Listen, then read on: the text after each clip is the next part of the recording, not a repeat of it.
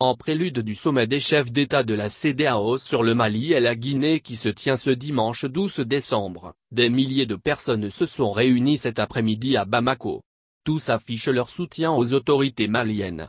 L'institution sous-régionale réfléchit, elle, à des mesures de sanctions plus restrictives contre le Mali qui semblent se diriger vers le non-respect de ses engagements d'une transition qui devrait prendre fin en février prochain.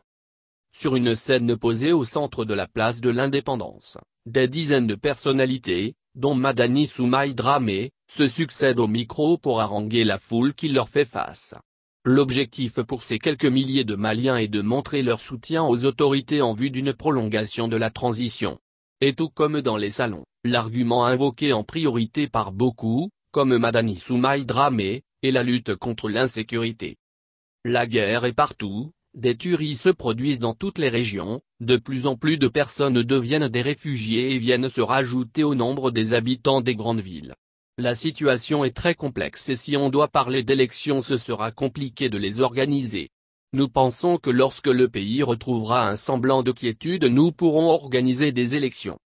Si certains craignent que le prochain sommet de la CEDEAO soit l'objet de représailles pour non-respect des délais et fustigent l'organisation sous-régionale, d'autres comme Cissé Ramata Sissoko espèrent sa clémence et son accompagnement. La sanction ne peut que punir les pauvres de ce pays, et ces pauvres sont des Africains, sont des Maliens pour qui nous avons beaucoup de respect et la CEDEAO est composée de pays frères qui comprennent cela.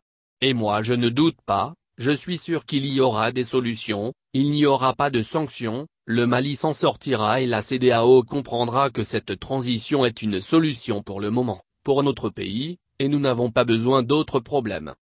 Pour trancher sur les suites à donner à la transition et sur les réformes à appliquer, les autorités maliennes organisent des assises nationales de la refondation. Celles-ci démarrent aujourd'hui au niveau communal.